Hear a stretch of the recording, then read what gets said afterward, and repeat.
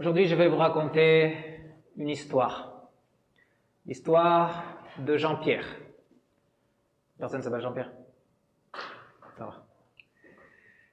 Mais vous pouvez imaginer que certaines de ces choses vous arrivent à vous et vous pouvez aussi apprendre avec lui certaines choses, apprendre de son expérience. C'est l'histoire de Jean-Pierre qui rentre dans sa chambre pour prier. Dans sa chambre, il prend sa position habituelle, il ferme les yeux et il commence à dire « Notre Père qui es aux cieux », et il est interrompu. Il entend du bruit. Il entend une voix qui parle « Oui, mon fils !» Et Jean-Pierre est agacé, il dit « Mais c'est pas possible, on rentre dans sa chambre pour prier tranquillement, il y a du bruit qui dérange. Les gens dérangent. » Il recommence et il dit « Notre Père qui es aux cieux ». Et une voix se fit entendre qui dit « Oui, mon fils, qu'est-ce que tu veux ?» Et Jean-Pierre pense et dit « Qui parle? Qui va là? Qui est caché dans ma chambre? Qui es-tu » Et la voix répond « C'est moi, ton Père qui es aux cieux. Tu m'as appelé. » Et Jean-Pierre réactionne en disant « Je n'ai appelé personne. Je suis en train de faire ma prière quotidienne. » Et le Seigneur lui dit « Mais exactement. Quand tu pries, tu me parles. Lorsque tu dis, comme Jésus t'a enseigné, notre Père qui est aux cieux, tu es en train de m'appeler. Tu ne m'entends pas toujours. Mais à chaque fois que tu pries et que tu m'appelles, je te réponds, oui mon fils, qu'est-ce que tu veux? D'ailleurs, si tu veux un petit conseil, va plus doucement quand tu pries. Mais continue, je t'en prie, je veux t'entendre. Que je continue quoi, dit Jean-Pierre? La prière, dit le Seigneur. Ok. Notre Père qui es aux cieux, tu es déjà là, que ton nom soit sanctifié. Et le Seigneur l'interrompt de nouveau et lui dit, pourquoi tu me demandes ça? Mon nom est saint. Mon nom est tellement saint qu'il ne peut pas être plus saint de ce qu'il est déjà. Et Jean-Pierre répond, j'en sais rien.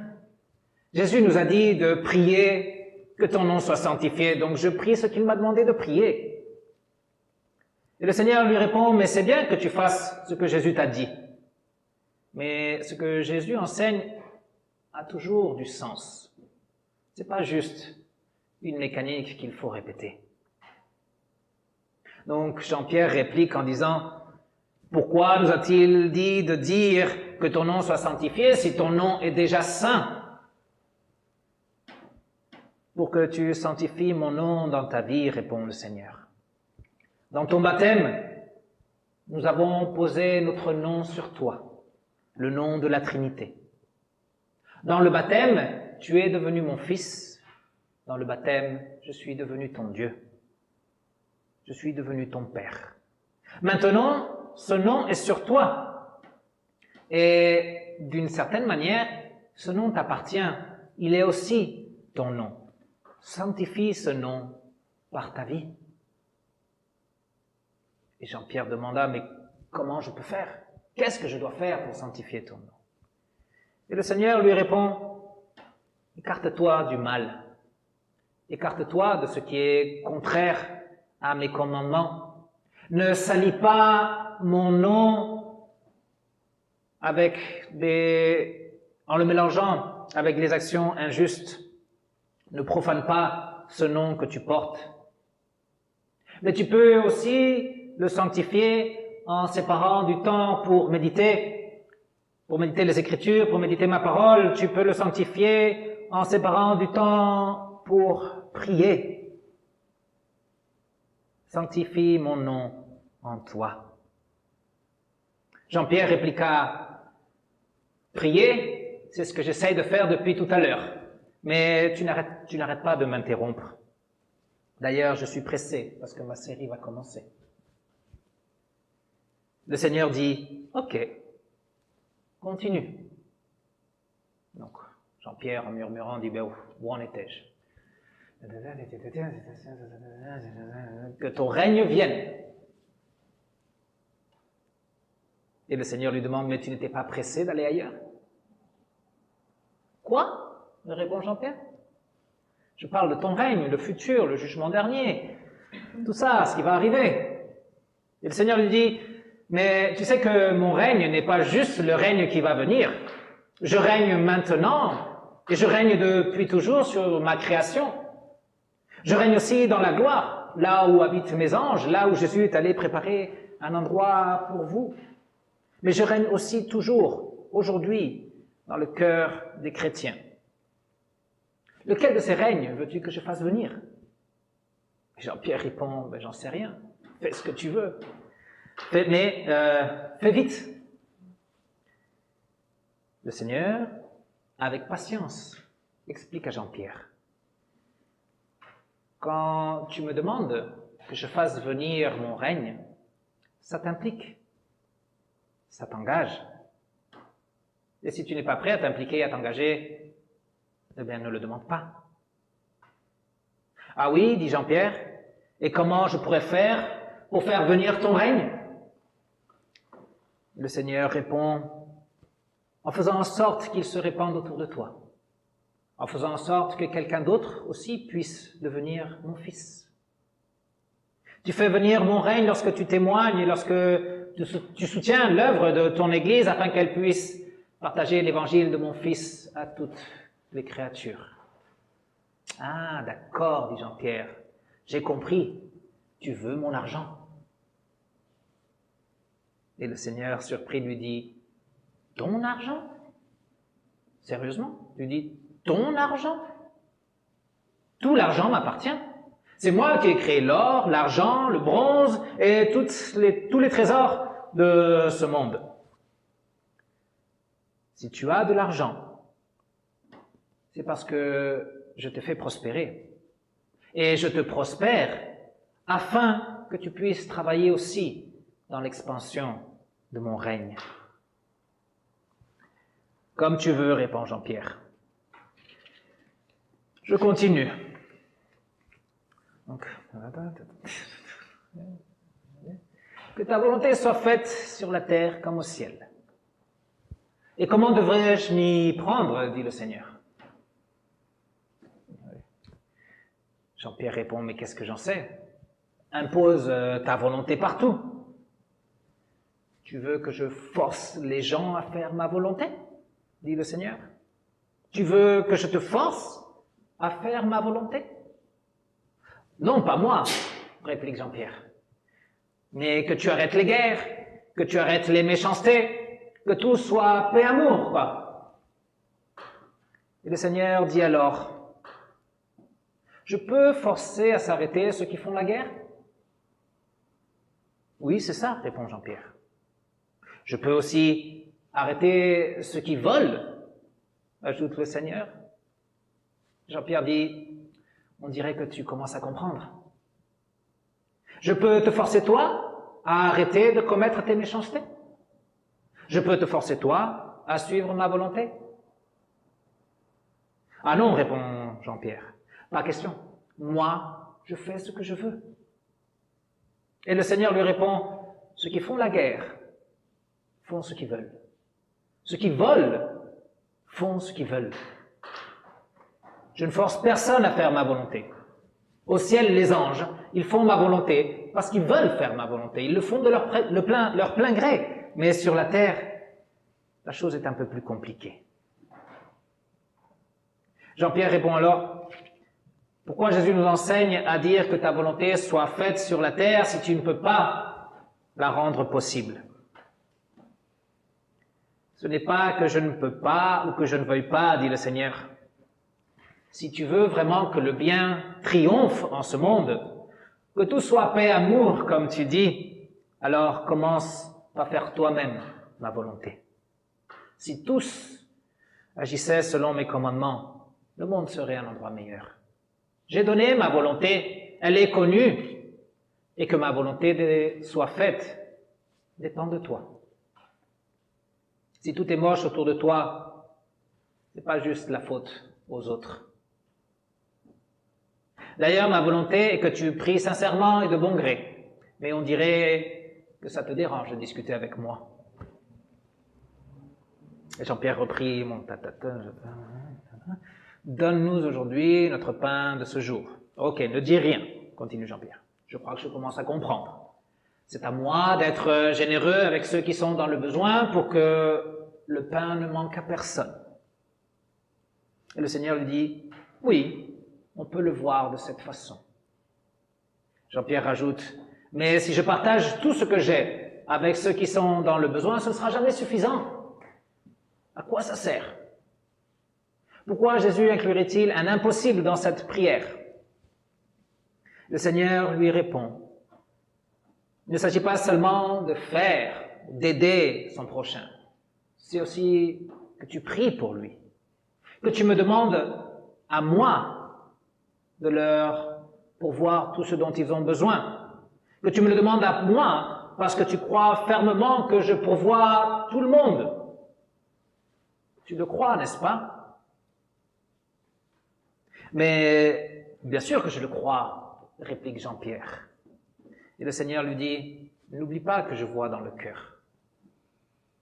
Puis il ajoute, Jésus t'a enseigné cette pétition parce qu'il veut que tu n'oublies jamais que c'est grâce à lui que je suis généreux avec toi et que je suis généreux avec tous.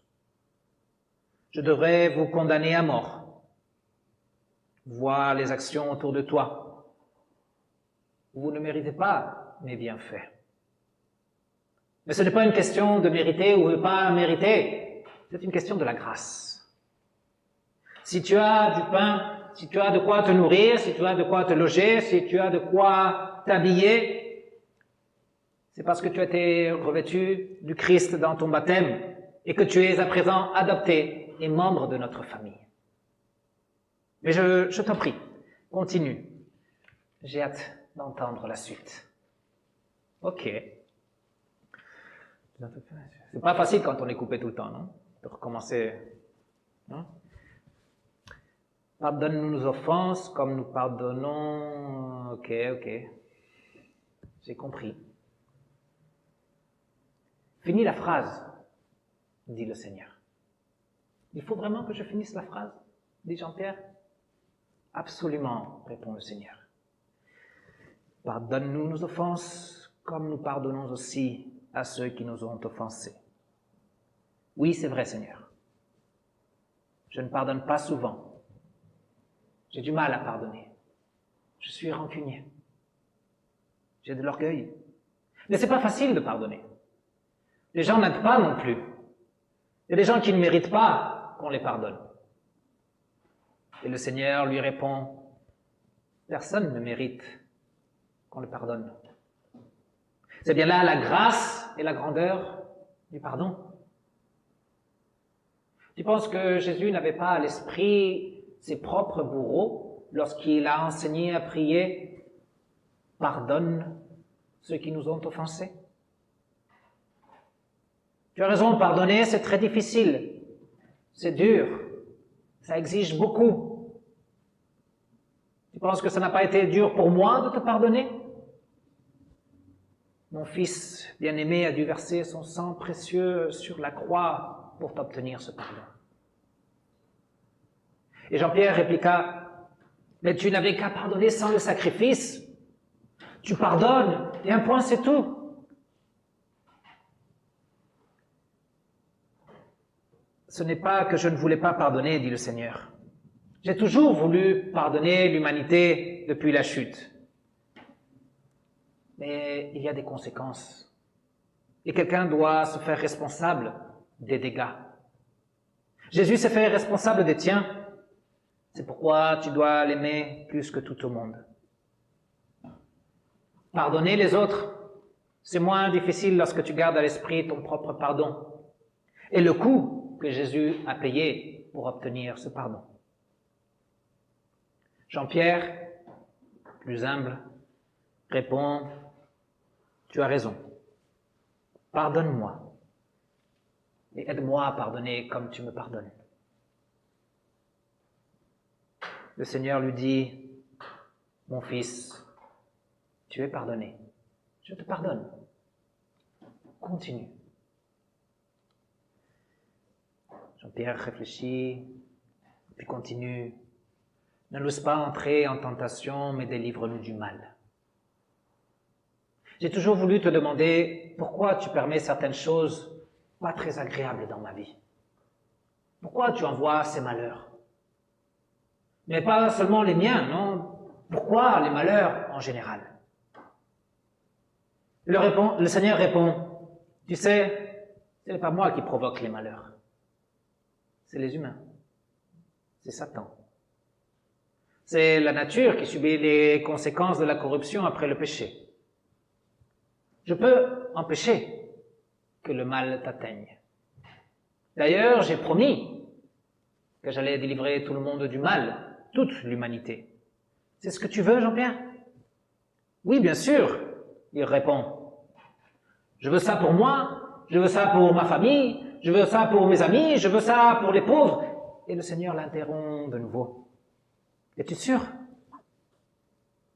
Pour que tu ne souffres plus, il faut que je t'emmène avec moi au paradis. Il faut que tu laisses ce monde. C'est au paradis que s'accomplit cette promesse. Tant que tu es sur terre, tu dois persévérer. Mais ne t'inquiète pas, je ne changerai pas d'avis. Ma promesse restera toujours la même. Par contre, pour le reste de ta famille, ça va être un peu plus compliqué. Et pourquoi? Répond Jean-Pierre. Tu ne veux pas les sauver? Bien sûr que je veux les sauver, répond le Seigneur. Mais ils ne sont pas dans la foi en Jésus. Tu veux que je les sauve? Tu veux que je sauve ta famille? Annonce-leur l'Évangile. Tu sais, le Saint-Esprit n'attend aucune autre chose que tu leur annonces l'Évangile pour agir. Profite de tes malheurs. Profite de leurs malheurs pour leur témoigner l'amour de Jésus. Pour la sortie des problèmes, t'inquiète, ne t'en fais pas. On s'en occupe. Le Saint-Esprit, Jésus et moi. Mais toi, témoigne. D'accord, dit Jean-Pierre. Je le ferai. C'est-à-dire, Amen, Amen. Qu'il en soit ainsi. Que cette prière que Jésus nous a enseignée s'accomplisse tout entière dans ma vie. Loué sois-tu, Seigneur. Et le Seigneur répond, merci, mon fils. Maintenant, va faire ce que tu es allé faire. Mais n'oublie jamais que tu es mon fils, tu es mon enfant. N'oublie jamais que je suis ton père et que je suis avec toi. N'oublie jamais que je t'aime, Jean-Pierre, comme il nous aime, chacun de nous. Que la paix de Dieu qui surpasse toute intelligence garde votre cœur, garde vos pensées en Jésus notre Seigneur, pour la vie éternelle. Amen.